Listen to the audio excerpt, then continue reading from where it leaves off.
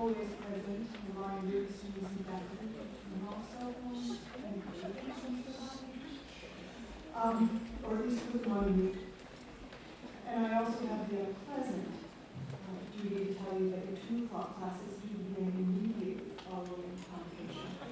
Sorry, I wish I could say otherwise. Here I am again. The last time I saw you, many of you were up before your preferred time and bedtime. You remember the folks over there, right? They look a little different. Right? They're all covered up in these robes. And I gotta tell you, they're heavy and hot. But we dress like this in ceremonial robes on very special occasions. And those occasions for you will be this convocation and then your commencement as you begin your new life away from us. So what is this thing, this convocation that we're having? It's simply a gathering. It's a fancy way of saying a gathering, an important gathering of people. And the president calls the convocation to open every academic year. And the only person who can officially open college is the president. Okay, so now we know why we're here, and I can begin. Welcome, classes of 2015 and 2017 to the President's Convocation on August 29, 2013. I would like to underscore this date for 2 reasons. Because this is your convocation, but it's doubly special because it is also President David Cuppola's first opening convocation at Keystone College. He is the 10th president to serve Keystone as its president. Your classes, 2015, 2017, everyone after this convocation, will always be remembered and noted historically as the college class that marked the beginning of the tenure of President Cuppola. To introduce the president every year I have this job, and I usually have a story or an anecdote that helps me sum up his characteristic. However, today I don't have any. And after panicking for a few days because I wouldn't have a hook, for this speech, driving in today on the 81, probably going too fast, I realized why I didn't have a hook. I didn't have a story or an anecdote. What I have learned working with President Cuppola for almost exactly 3 months, 3 months during which he has been learning everything he can about us, a campus with a complex system of working parts, and a history and tradition that date back to 1868. What I have learned is this. I am working with a man who lives what he has promised us. He is really all about consensus and community. And when I looked up the etymology of community, I know English and here, the definition came back: community, society, fellowship, friendly intercourse, courtesy. And I thought, that's it. Simply put, he's what he says he is. And he's exactly what we asked for a year ago when it seemed impossible to envision a future without President Lee. We asked for a person who embodies the best of us, but whose vision is our new horizon. That's truly what we have received. And it is my honor and privilege to introduce the 10th president of Keystone College, President David Cuppola.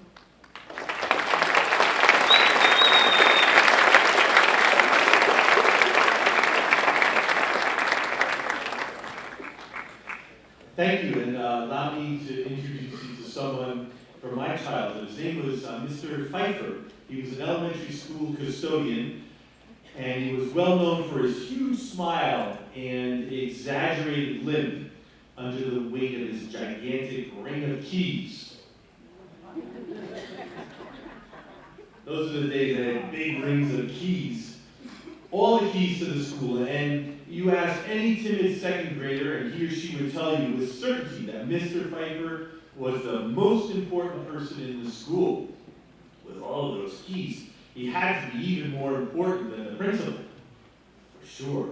Well, from one perspective, locks and keys are about protecting property or keeping people out of rooms or locked boxes or secret passageways. But for today, since it's such a special day, I prefer to focus on keys as those tools that are about opening doors, or places, or things, or even insights, as when one figures out an encrypted meaning of a poet or code with the help of a key. From this perspective, Mr. Pfeiffer actually was the most important person in the school. He opened doors with his keys, and he opens small, frightened second grade hearts with a smile. And if you've ever lost your keys, or locked yourself out of your house or car or classroom, you know exactly what I mean. It's not a pleasant hour or two or three waiting for someone to come and help you. Well, a couple years ago, many of you realized how wonderful and powerful keys are when you got your license and the keys to a car. Now, whether you drove the family station wagon, SUV, pickup truck, VW Bug, or in my case, I'm proud to say, a beaten-up green Dodge Dart, the freedom and possibility felt the first time with the wind blowing through my hair as I put my arm out of the roll-down window. That feeling has stayed with me to this very day. Well, some psychologists have observed that there's a kind of a aha revelation or a key or a metaphor story that brings together the journey of the thousands of different doors through which you and I have passed. Those doors that we've gone through and passed through make us who we are. And happily, when we share our stories, our journeys with others, we see our connections and we appreciate ourselves and the other person more deeply. Perhaps you've experienced a time when you simply enjoying someone's company, and the next thing you knew, hours had passed in conversation or just quiet appreciation of the sunsets. And somehow you knew the other person and yourself in a more profound way. Today, the faculty and staff are here for you, classes of 2015 and 17, because our stories are now inextricably connected with yours, like a lock and key. We want to help you figure out the combinations, pick the luminous locks of a liberal arts education that empowers you with the freedom to think critically, to act civilly and compassionately, to open the doors of opportunity and fulfillment for you, your friends, your family, and the community. In short, we want you to feel the wind of curiosity blowing on your hair as well as felt all the way down to your toes. So today, we celebrate your courage and intelligence in coming to Keystone. Yeah, that's right, you were smart to come here. I can say that without a doubt. You were smart to come here because by starting here, you will succeed anywhere. Today, we celebrate the beginning of your expedition to the grail of unlimited potential to achieve your goals and dreams, even if you only have a dim perception of what those are right now. And today, we're all gathered to enthusiastically and confidently give you the keys to the city. That's right, the key to the college. And the secret is this. The master key that opens every door in this place and everywhere else you go in life is perseverance and humility. Perseverance and humility are the key to understanding even our Latin motto, which is progress through effort. The implication of the word effort in Latin is unrelenting effort. In other words, perseverance. Perseverance means never giving up. Always trying another way, sticking it out, working it out together with others. And humility just means being your true self, not worrying about who gets the credit, not pretending to be something you are not. So together, perseverance and humility become a key to success in college, graduate school, a doctoral dissertation, believe me, one's career and a life well lived. Some time ago, there was a retirement dinner celebrating Mr. Pfeiffer's 50-plus years of service as a custodian. So I went back to New Jersey, and 50-plus years, that's perseverance and humility, eh? dozens of principals that have come and gone in those 50 years, but to the hundreds of former students and their families who came to the dinner, Mr. Pfeiffer had definitely been the most important person in the school. Today, you, yes, and you too, every single one of you are the most important person in the school. We officially welcome you to Keystone College as a full member of the community. So get in the driver's seat, turn the key of perseverance and humility on, roll down the window, put your arm out, and enjoy the ride. Thank you.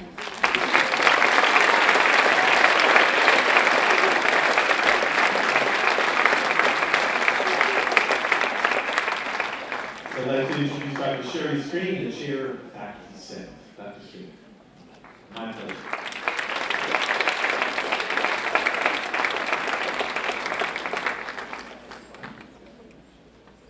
This is one of those when I was your age speeches. But I promise it's not about walking 14 miles in the deep snow or any such we had it so much harder kind of speeches. But I did have occasion recently to really remember and think about my college years when I was your age. You see, when I was your age, I spent a couple of summers playing with explosives. And I mean that literally. Although it wasn't really playing. I was a theater major, and I got hired my first 2 summers in college to work at 2 different outdoor dramas. My first summer, I worked the musical drama Texas in Paladora Canyon, Texas. In addition to being a lighting technician, I was trained to work with primacord. That's powdered nitroglycerin embedded in yellow plastic covered rope. I was also trained to use blasting caps and black powder fireworks. There were 2 of us in that job, so every other day, I went to the little blast-proof shed off to the side of the stage, pulled out the spool of primacord, and put it on a spindle at the bottom of the hill that served as a backdrop to the amphitheater. Then I would tie the cord to the back of my shorts and climb the hill. Once at the top, I tied off the cord to a post set up there, and then I worked my way back down in a zigzag, tying it off on various posts that we had placed down the hill. At the bottom, I cut the cord and tied it off to the last post. Then I went back to the blast house and put the primacord away and got 2 blasting caps. I secured them around the base of the primacord and attached the leads to the electrical outlet that was connected to the lighting board in the booth at the back of the theater. Then one more trip to the blast house for 3 black powder chrysanthemum fireworks. I placed them in their firing tubes just offset from the primacord. And then, at the climax of the first act, when there was a huge thunderstorm as part of the script, the lighting board operator hit the switch for the blasting caps and set off a primacord lightning bolt set against the hill. And every person in the audience jumped a foot every time. It was great. During intermission, I had to go trade off the blasting cap leads to the leads on the fireworks. And at the final climax of the show, the board operator hit the button again, and 3 fireworks went off into the night sky to the inevitable oohs and ahs. The second summer, I was hired as a pyrotechnician for the drama Beyond the Sundown, which was the story of the Alabama Coushatta Indians, staged in an amphitheater on their reservation in the Big Piney Woods near Houston, Texas. I learned to make my own fireworks that summer, with black powder and various metal powders, as well as loading blank shotgun shells for use in the battle scenes. I had a tiny little shed where I had to work that was way off from the stage and away from the backstage building that held the dressing rooms and the scenery, so that if I blew myself up, it would be only me and no one else. So why am I telling you these stories? Besides the fact that obviously I had a blast those 2 summers, and that pun was intended. I'm telling you about them because there are a few lessons that I think you can learn from them. Some advice that you can think about as you begin your college career. First lesson, dare to do something dangerous. It doesn't have to be physically dangerous, and in fact your parents would probably prefer that it not be. My mother didn't really realize what it was I had been up to in my summer jobs until the end of the second summer, and then she kind of freaked on me. But becoming educated is actually the most dangerous thing any person can do, because being educated means that you have learned to think for yourself, not just take someone else's word for something. So dare to think, dare to become truly educated. Dare to become dangerous by thinking. Second lesson, be aware that good things usually require a lot of hard work. It would take me an hour to run the hill and set that primer cord and the fireworks. I literally ran through the soles of a pair of running shoes that were brand new at the beginning of the summer. And then after all of that hard work, that lightning bolt would go off in a split second. The fireworks would go up, explode, blossom, and fade in about 5 seconds. And then we would clean up the mess, come back the next day, and do it all again. Third lesson. Good things generally require great care to accomplish. I still have my face, both eyes, and all of my fingers. But I knew every day that what I was doing was indeed dangerous, and that I had to be careful. I had to know the process, follow the steps, and be sure to keep all of the necessary safeguards in place. Fourth lesson, things will go wrong on occasion. It was an awful feeling those couple of times that the lighting board operator hit the switch and the lightning bolt didn't go off. You talk about an anticlimax. But our bosses knew that we were college students, that we were learning, and it only happened a couple of times, so we didn't get fired. But I did learn to focus on lessons 2 and 3, hard work and careful preparation. One more lesson. There are a lot of really interesting people in this world. Go find them. Go meet them. Go live with them. Staying in a cabin on an Indian reservation for 3 months with actors and technicians from all over the country taught me a lot more than just how to pack and crimp shotgun shells. My eyes were opened that summer in regard to ethnic heritage, actual history, and not the whitewashed version I got in my Texas history courses in junior high school, interpersonal communication, conflict management, religion, poverty, alcoholism, sexism, sexuality, organizational leadership, and so much more. And I learned all of those lessons. I started to learn all of those lessons when I was the age you are now. And they have clearly stayed with me, vividly. I don't work as a pyrotechnician anymore, for which my mother is grateful, but I still use those lessons every day. What I learned when I was in college is the true basis for who I am today. I grew a lot in elementary school, junior high, and high school, but I truly started to become me in college. And so there's my challenge to you. In your classes and in your co-curricular experiences, dare to do something dangerous, like thinking. Be ready to work hard. Do everything carefully and get to know new people. The group of people over here in the regalia and all of our staff members, we are here to help you do these things. And that is not just our job. It is our passion. College teaching used to be professors standing in front of classes showing off how smart we are.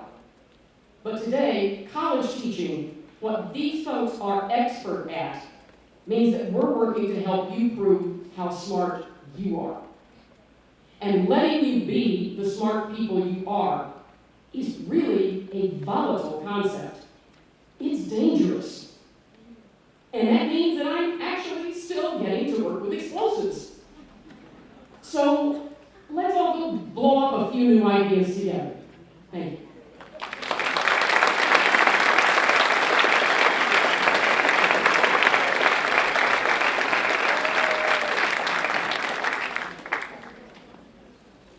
Good afternoon, everyone.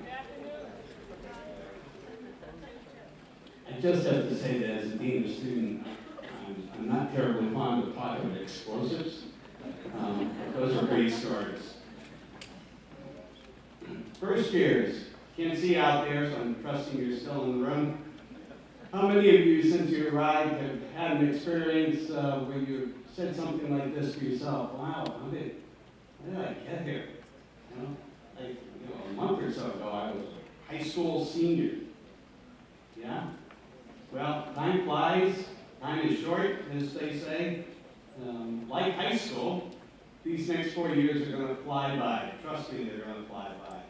Although there will be days when you're trying to write a paper, read the hundreds of pages that you put off reading, studying for a difficult test, where it might not seem quite like that. If you could do high school all over again, would you do something different? If the answer is yes, then one of the best ways to avoid feeling that way 4 years from now is to make the most of your time while you're here. And I think a lot of the comments so far supported that idea.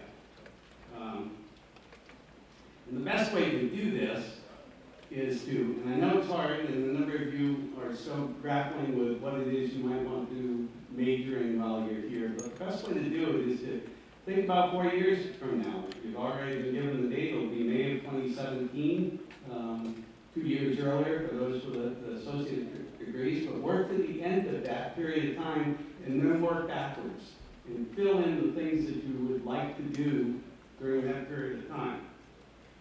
Your first year seminars will help you, instructors will help you learn how to do this, but you consult others, upperclassmen, your advisor, RAs, faculty members, staff in the career development and student success centers, and others.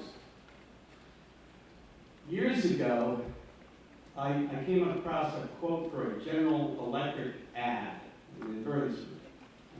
Pretty simple written advertisement way back then, but I've kept it with me for a long time. And the ad read, the next time that you are in a meeting, but you can substitute classroom, discussion in the residence hall, hanging out with friends, but the next time you're in a meeting, look around you and identify the yes butters, the not nowers, and the why notters. In the end of the ad read, why notters move companies. But I will tell you that why notters also make the most of their college education, so I encourage you to take advantage of everything that this college experience has to offer over these next 2 or 4 years. As all of these opportunities, everything that you do, including just discussions, hanging out, is all part of that educational experience. But I encourage you to attend a concert and lecture event. You won't have much choice. We're going to require you to attend a couple this fall. Join the student organization, participate in the community service project, perform in play, create a work of art, compete in athletics, or get involved with intramural sports and recreational activities. And down the road, maybe next semester, maybe not till your sophomore year, start looking at internships, start considering a study abroad experience, get involved with research with other students and professors. One other comment before I give you a quote and make an introduction here. This is a bit more personal. If you're paying attention to what's going on in the news these days, especially, for instance, yesterday, the 50th anniversary of the March on Washington, not everyone gets to do what you're doing here, what we're all doing here. Not everyone gets to be part of a small, intimate, educational community with a lot of support, our Keystone family.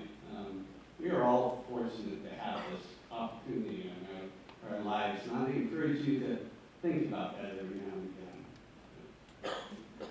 The Swiss philosopher and poet Henri Frederick Amiel, some 150 years ago, this guy actually only wrote one book. It was like before songs. He was like a one-book wonder.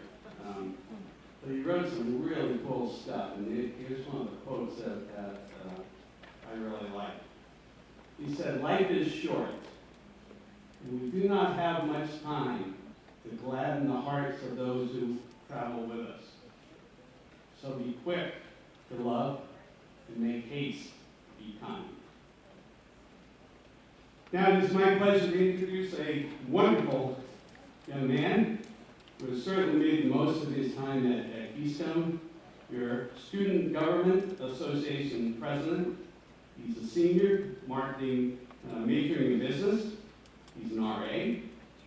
And he's a Sodexo intern, having interned with them and traveled for them to Paris, France, just a year ago this summer. So please join me in giving a warm welcome to Sean Gibbons.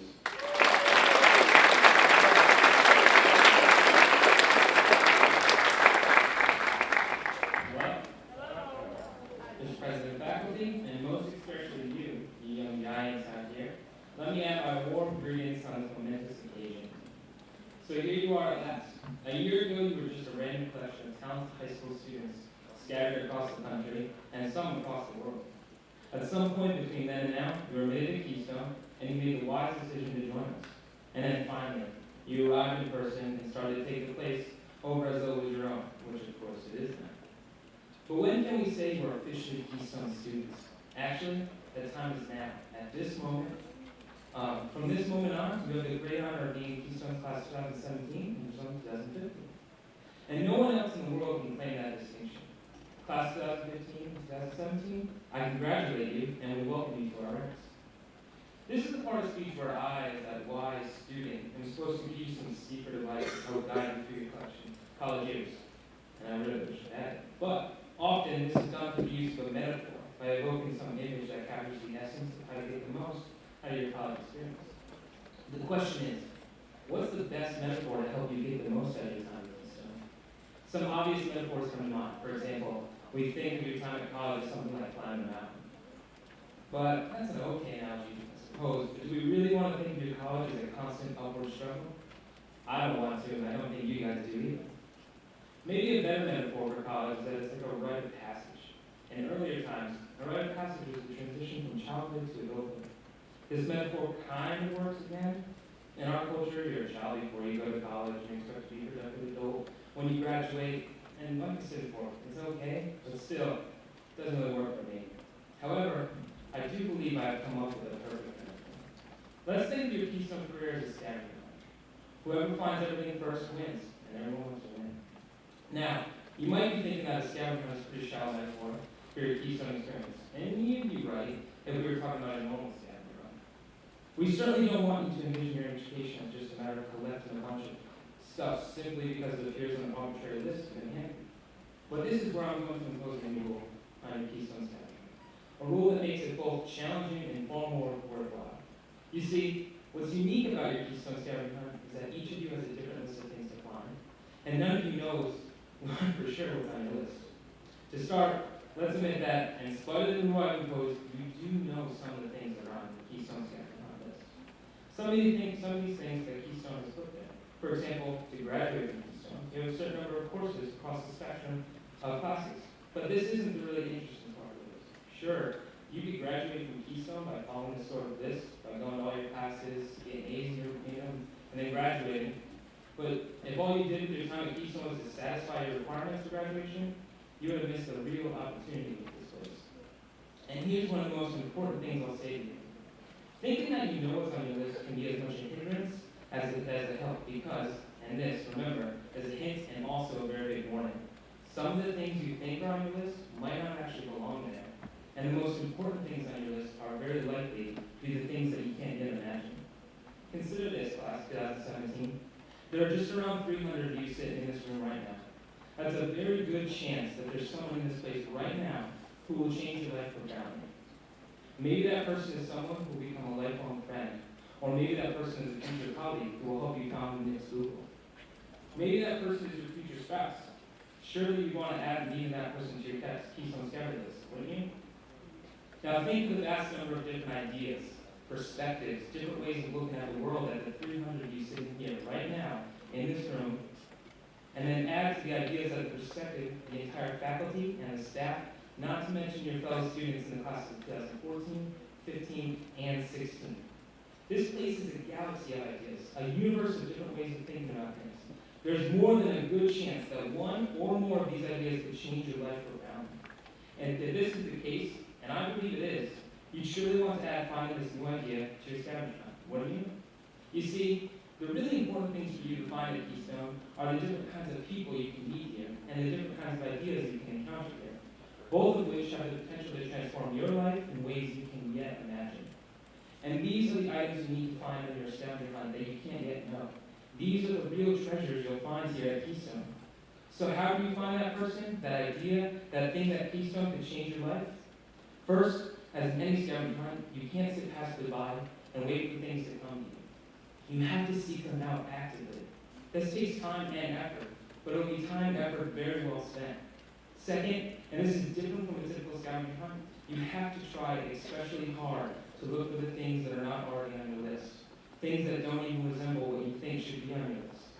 If you only seek out people and ideas that already seem familiar to you, you're likely to lose out on the chance to meet that one person or discover that new idea that could change your life forever.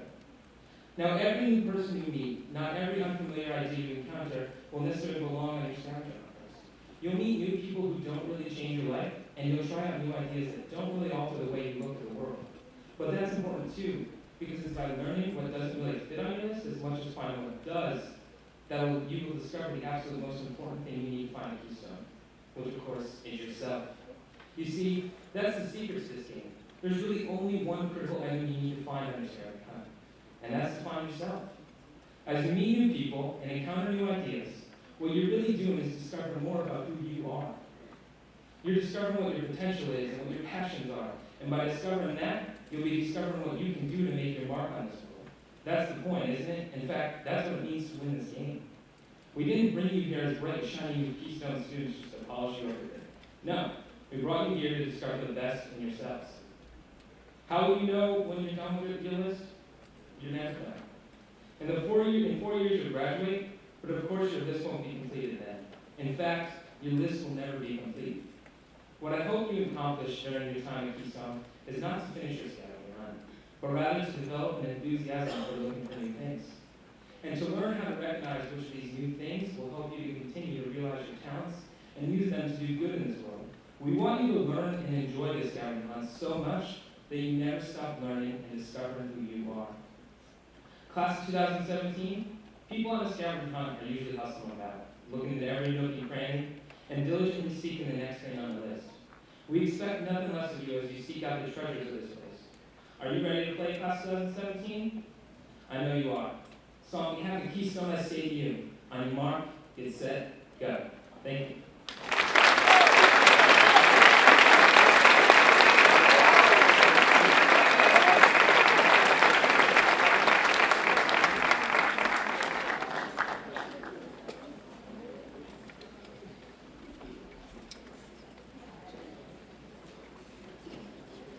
Now for some musical entertainment. And no, I'm not going to sing.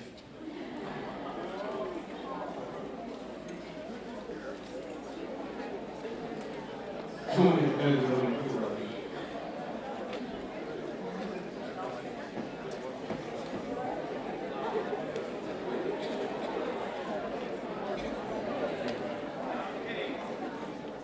I need this. First years. All those new shining stars out there. May your past be the sound of your feet upon the ground. Compass on, everyone.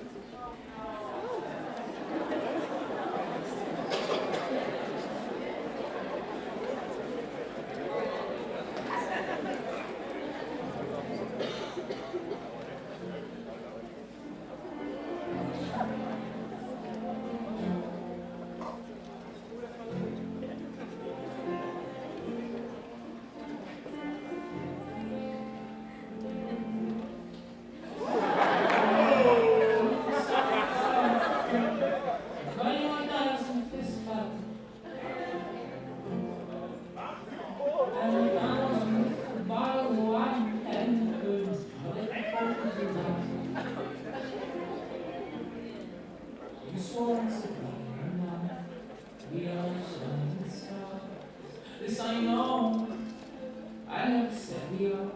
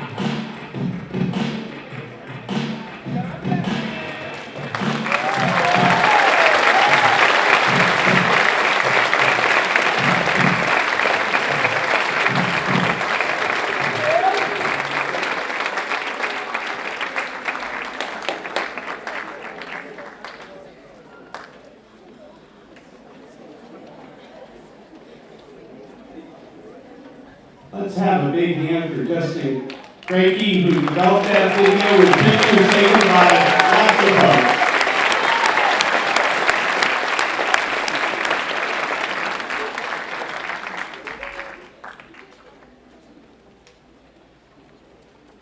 That's terrific. That was wonderful. So now we get to the part of our convocation where we sing the alma mater. Actually, we're going to have some help doing that. The alma mater is sung at convocations, commencements, and special events here at Keystone College. And the song salutes the college for providing exceptional opportunities and recognizes that the support of alumni and friends are essential for the college to cultivate greatness in current and future students. And most of all, it puts into words the Keystone College's love and admiration for you as students and our pride in our faculty. And it's traditional to stand whenever the alma mater is played. So I'd like to invite the voices to come up and sing the alma mater. And hopefully they can do that easily. Come on up. And there they are.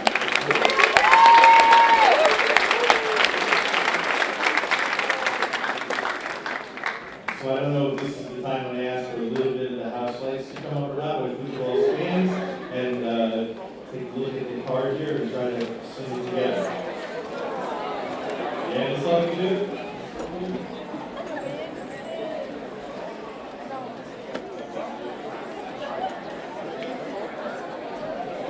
Okay, please join them if you know the song already.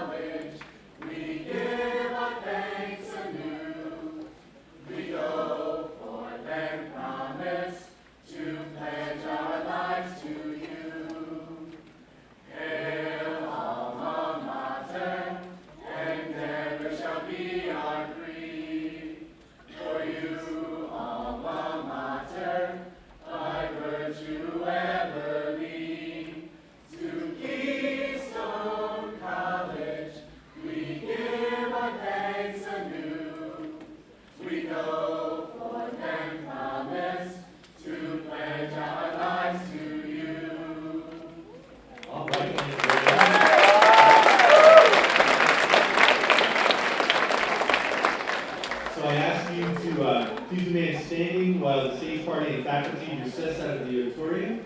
Thank you for your presence here today and your enthusiasm, and Happy New Year.